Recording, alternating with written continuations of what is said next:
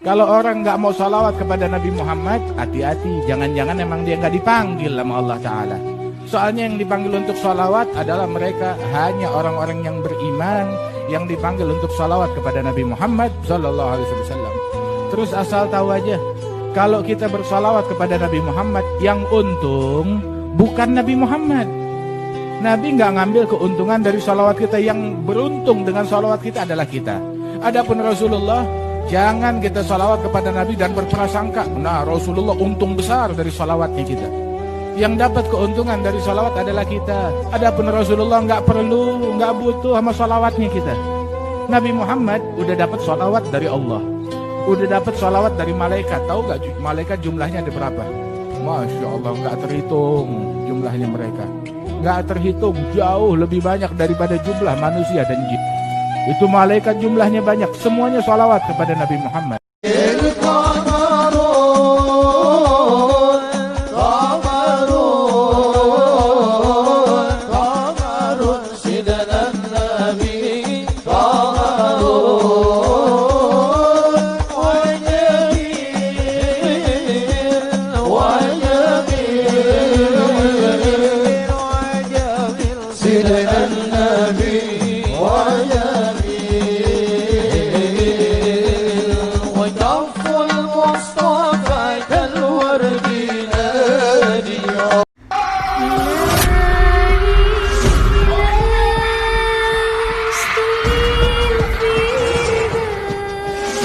Kita prihatin sekali kalau sudah anak muslim lebih bangga sampai kadang dicium sampai dicium pun mau, dipeluk mau, dipegang aja.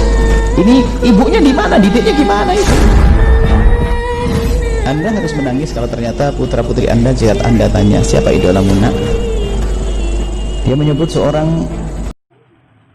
Jangan anak minta izin orang tua, apa kata maknya, nah tong lu di sini aja deh, nggak usah berjuang, udah kita doain lagi dari sini biar Habib menang. Nggak boleh begitu Bu. Kalau anak-anak mau berjuang, dorong, jangan takut dengan kematian. Ibu punya anak mati syahid, orang yang mati sakit di jalan Allah, dia bakal berdiri di pintu sorga. Untuk apa? Untuk mengajak 70 anggota keluarganya masuk sorga. Sudah bayangkan kalau orang mati syahid, dia nunggu di pintu sorga. Ya Allah, aku ingin ayahku masuk sorga, ibuku masuk sorga, kakakku masuk sorga, adikku masuk sorga, istriku masuk sorga, anakku masuk sorga, mertuaku masuk sorga. 70 orang dia boleh masukin, sudahlah. Subhanallah, nikmat tidak? Nikmat tidak? Jadi takut tidak masuk syahid? Mau tidak masuk syahid? Takbir. Sallu ala Nabi. Tahun 93 saya bermimpi Rasul Sallallahu Alaihi Wasallam, dan saya menangis di kaki beliau, merindukan beliau. Saya katakan saya ingin jumpa. Rasul berkata belum waktunya. Saya katakan butakan mata saya tidak mau melihat asal bisa melihatmu. Maka Rasul berkata, sebelum usiamu 40 tahun kau sudah jumpa denganku insyaallah. Maka Rasul berkata, sebelum usiamu 40 tahun kau sudah jumpa denganku insyaallah. Usia saya sekarang 37 tahun. Seandainya ada sesuatu terjadi, teruskan perjuangan Sayyidina Muhammad sallallahu alaihi wasallam. Teruskan panji Rasulullah sallallahu alaihi wasallam. Teruskan perjuangan Sayyidina Muhammad sallallahu alaihi wasallam.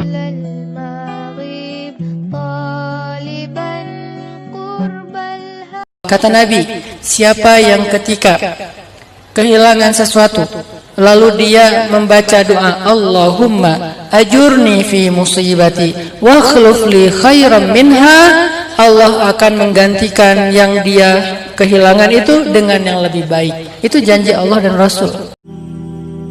Jangan pernah malu dengan perkataan orang. Ada judul ceramah yang saya susun, judulnya Iya Ini Aku Sekarang. Emang harus begitu. Kita punya masa lalu pasti ada yang salah. Tidak ada manusia yang sempurna. Nabi Adam alaihissalam lihat malaikat sujud depan matanya, tapi berbuat dosa. Nabi Musa alaihissalam pernah buat salah. Nabi Yunus alaihissalam pernah buat salah, gitu kan? Umar bin Khattab adalah orang yang paling benci Islam sebelum Islam. Kita tidak lihat masa lalunya, yang dilihat masa sekarangnya, gitu kan? terbawa dengan arus ingin mengejar pahala dan takut berbuat dosa, itu wajar. Nanti akan ada olok-olok tuh, kamu alim ya sekarang, kamu begini ya, kamu begitu ya. Jawab, iya ini aku sekarang.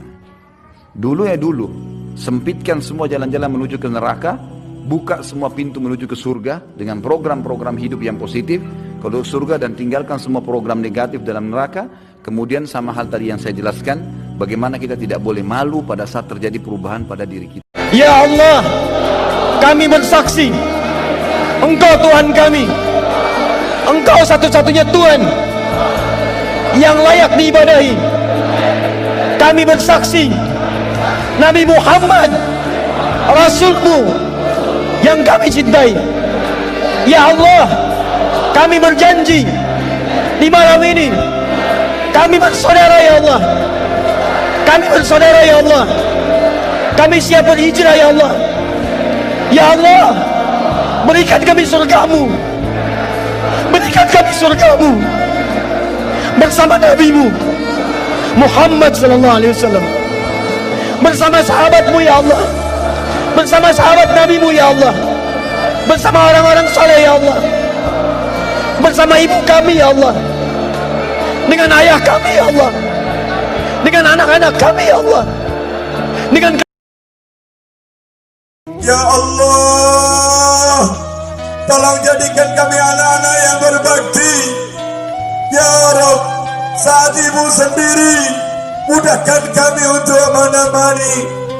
Saat ayah tiada teman berkata, mudahkan kami untuk bersandagura bersamanya. Ya Allah, kami mudah berkata-kata dengan orang lain, mudah bercengkrama dengan orang lain, tapi mengapa berat bercengkrama dengan orang tua kami sendiri? Tolong ampuni kami ya Allah, maafkan kami ya Allah, tunjukkan kebesaran orang tua kami kepada kami ya Allah. Ya Rahman ya Rahim, tolong ampuni kami semua ya Rabb. Jangan jadikan kami dalam kelompok anak-anak yang durhaka ya Allah. Ya Arhamar Rahim. Setan, setan, setan yang takut, setan yang takut Habib Rizik.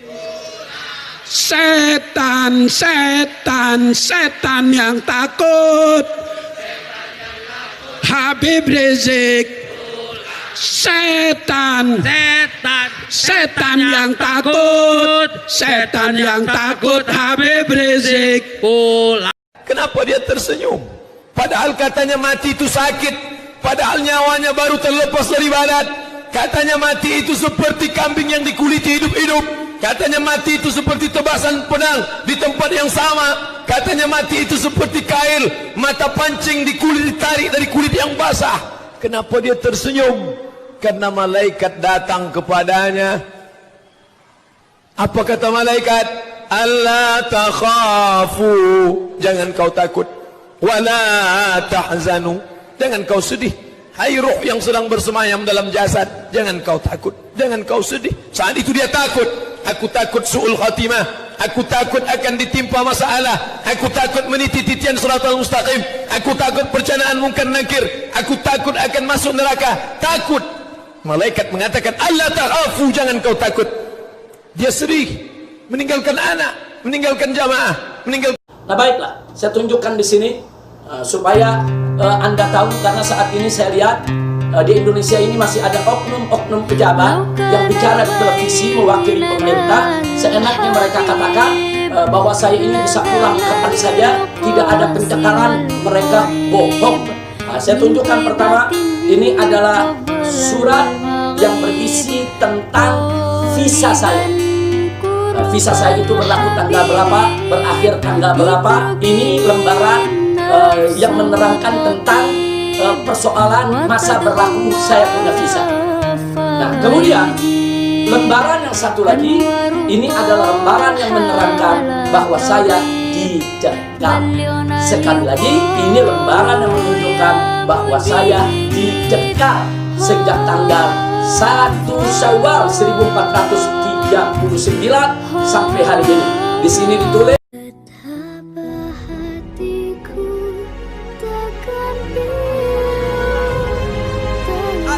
Islam itu suci dan bersih, betul. Kalau mereka mengatakan ulama itu sangat mulia, harus dijaga, betul.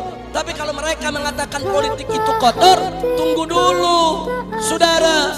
Siapa bilang semua politik itu kotor? Politik itu tergantung siapa yang memainkannya. Kalau politik itu berdiri atas dasar iman dan takwa, kalau politik itu dijalankan hanya untuk mencari ridho Allah, kalau politik itu dikelola dengan aturan syariat yang benar, maka dia akan menjadi politik yang benar, politik yang baik, politik yang bersih, politik yang bermanfaat. Itu yang tadi disampaikan oleh Kiai Khalil Ridwan yang disebut as-siyasatus syar'iyyah, politik syariat. Tapi memang kalau politik itu dikelola dengan hawa nafsu, dikelola dengan syahwat, politik banyak orang sesat di jalan berbelok. Tapi ini enggak, sesat di jalan yang lurus. Nampaknya dia lurus, tapi sebenarnya sedang sesat. Na'udzubillah. Banyak hartanya, mewah hidupnya, tapi ternyata sedang dimainkan Allah Ta'ala dengan istidraj. Kita banyak salah sangka. Ustaz, saya dulu sebelum pengajian hidup saya enak Pak Ustaz, tapi setelah dengar pengajian Ustaz, begitu pulang helm basah, begitu pulang motor hilang, begitu pulang anak sakit. Sesungguhnya Allah sudah sayang kepada engkau, dihapusnya dosa-dosa. Amin. Yang paling mengerikan adalah sholat tak pernah, puasa tak pernah, sedekah tak pernah, tapi hidupnya lancar-lancar saja. Itu namanya istighfar. Tetangga saya Pak Ustaz tak pakai jilbab, sholat tak pernah, puasa tak pernah, hidupnya lancar, rumahnya besar, mobilnya besar. Itu namanya istidraj. Dosa kepada Allah, insya Allah. Salat sunat 2 rakaat, usalli sunata taubat rakaat ini lillahi ta'ala. Summa yastaghfirullah. Selepas itu beristighfar minta ampun kepada Allah, illa ghafarallahu lah, diampunkan Allah. Tapi buat aniaya kepada manusia, pernah menzalimi orang lain, pernah menyakiti hati orang lain, pernah memakan harta orang lain, tak dapat ditebus walau seminggu menangis di pintu Ka'bah, walau di multazam meratap sampai basah kiswah dinding Ka'bah, tak akan dapat menebus itu semua. Hanya meminta maaf. Nabi Muhammad SAW, Nabi Sayyidul Anbiya wal Mursalin. Apa kata Nabi? Apa kata Allah Subhanahu wa taala kepada Nabi Muhammad? Wala sawfa yu'tika rabbuka fatarda. Apapun yang kau mahu, aku akan berikan wahai Muhammad SAW. Tapi untuk meminta maaf atas dosa silap salah kepada manusia, tidak akan mungkin bisa ditebus dengan minta maaf kepada Allah. Jangan sampai bapak tiap malam tadarus ngaji antara maghrib isya, anak gadis kita gentayangan di jalan. Itu tanggung jawab kita. Ingat ketika Rasulullah sakaratil maut, apa pesan beliau? Ada 3 pesan beliau. Beliau tidak pesan jaga warisanmu, jaga kebunmu, jaga rukomu, jaga mobilmu. Tidak. Nabi ingatkan, jaga perempuan di antara kalian. Sekarang ini kita dihancurkan oleh non-muslim bukan dengan perang. Takut mereka kalau mereka perang. Kenapa? Kita punya semangat disebut jihad. Kau coba ganggu agama saya potong kau. Bagaimana mereka menghancurkan kita? Dia hancurkan perempuan-perempuan kita. Karena perempuan adalah tiang negara. Kurang ajar. Presiden Jokowi, jangan coba-coba kau berikan kesempatan kepada PKI untuk melanjut lagi dalam kekuasaan di Republik Indonesia, saudara. Maka itu, saya ingatkan kepada semua umat Islam, siapkan senjatamu, siapkan senjatamu. Kalau besok ada panggilan jihad untuk menghabisi PKI yang ada di mana saja, siap tidak? Siap tidak? Takbir! Yang kau banggakan, aku anaknya orang kaya, dasarnya apa? Saya kan anaknya kiai, urusannya apa kamu? Membanggakan orang tuamu, kamunya apa? Jadi jangan pernah Anda membanggakan kelebihan, kekayaan, kekuasaan orang lain. Buktikan atas dirimu sendiri. Sekalipun engkau membuktikan bahwa kamu memang kaya, kamu memang hebat, itu juga saya menganjurkan jangan pernah membanggakan kelebihan apapun yang kau miliki. Karena semuanya sifatnya sementara, tidak akan abadi. Ada nggak orang kaya hari ini besok melarat? Ada nggak perempuan cantik kemudian jelek? Hampir semuanya.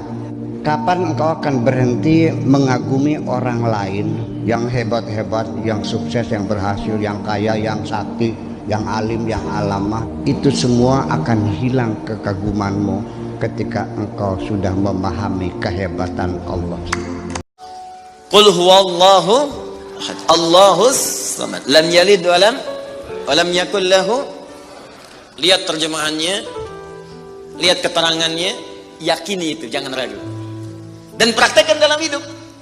Qul huwallahu ahad, katakan hanya Allah yang esa. Sudah, berarti jangan katakan yang lain lagi.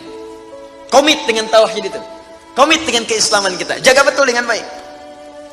Allahus samad, Allah tempat bergantung. Serahkan semua urusan kepada Allah. Ada masalah, minta sama Allah, berdoa. Sakit, berdoa sama Allah. Punya persoalan, gantungkan diri kepada Allah. Ikhtiar.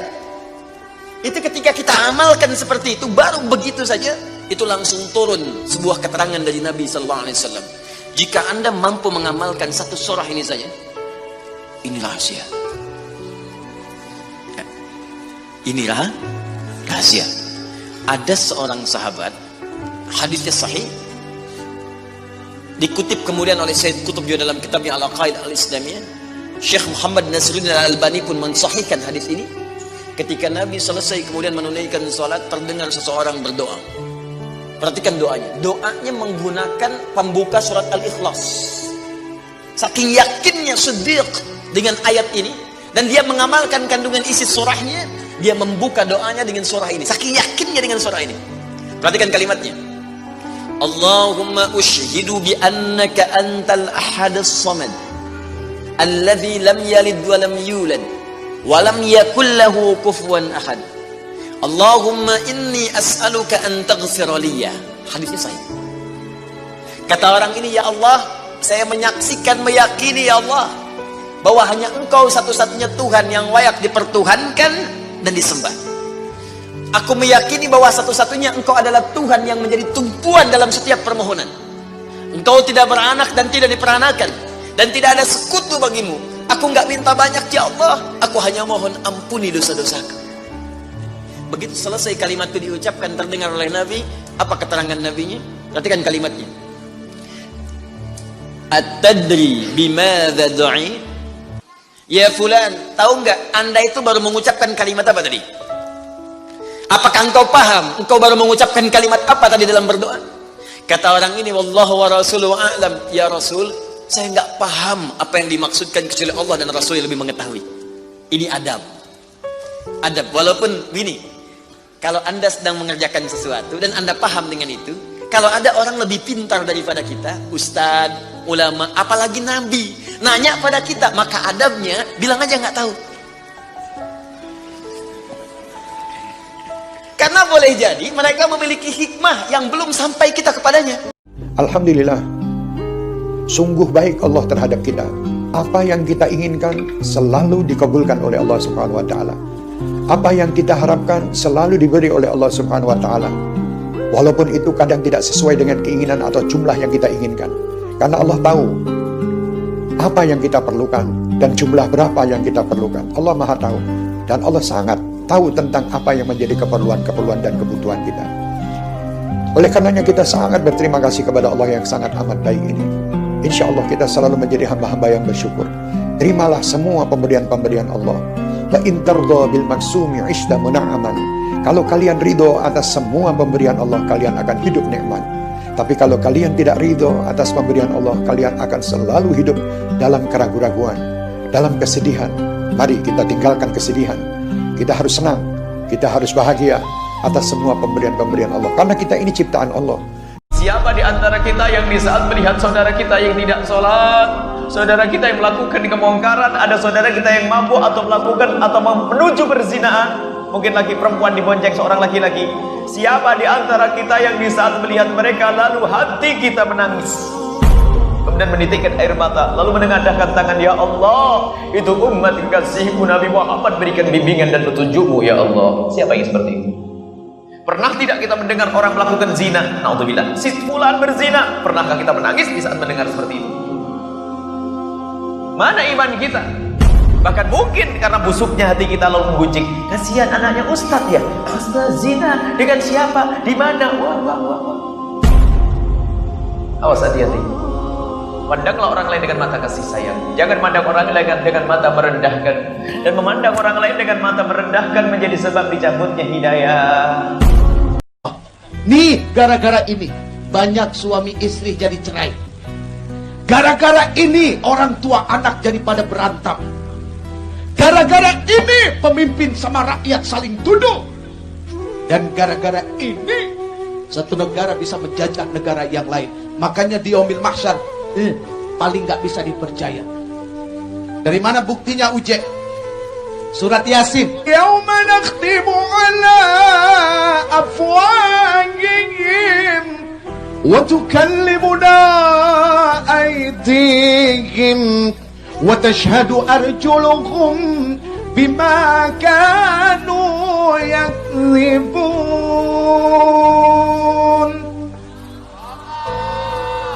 Akan datang satu masa di mana mulut kita dikunci oleh Allah. Nih paling gak dipercaya. Tangan bicara, kaki bersaksi. Anak-anak yang dibawa malam ini, jadikan mereka anak-anak yang soleh dan soleh.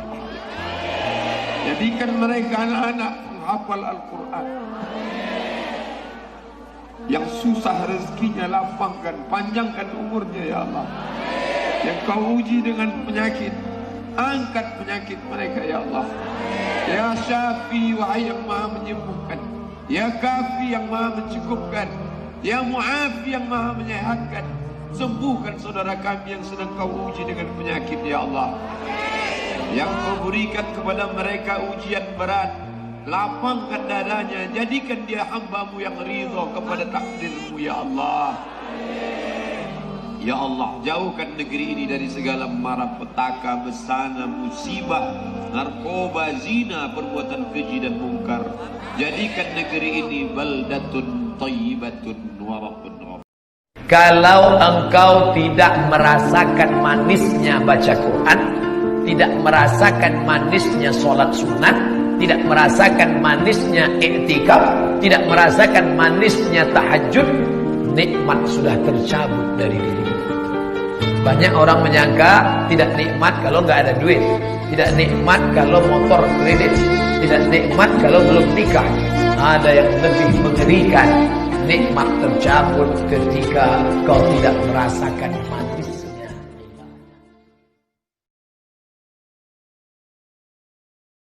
Keridhaan Allah terdapat di dalam keridhaan orang tua, sedangkan kemurkaan Allah terdapat di dalam kemurkaan orang tua.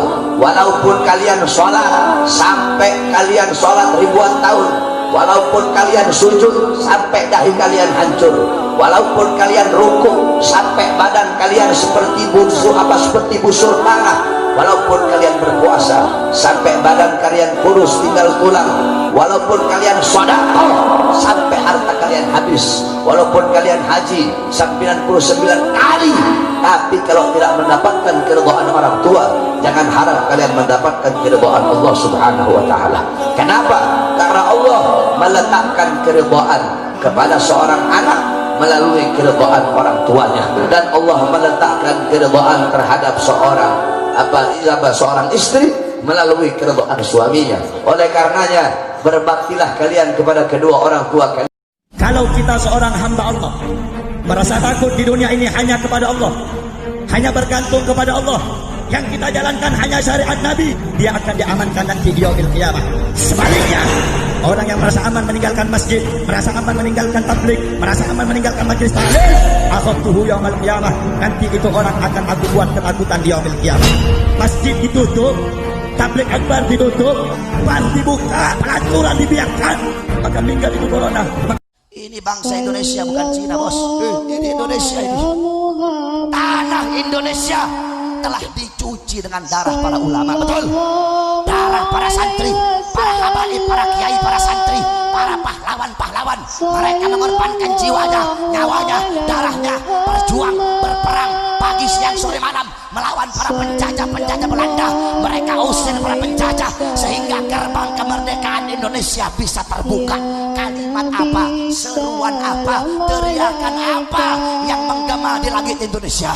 Saudara-saudara, teriakan suara gema yang terdengar di langit Indonesia yang keluar dari mulut anak-anak muda Surabaya, khususnya umumnya Jawa Timur, untuk mengusir para penjajah Inggris adalah kalimat Allah.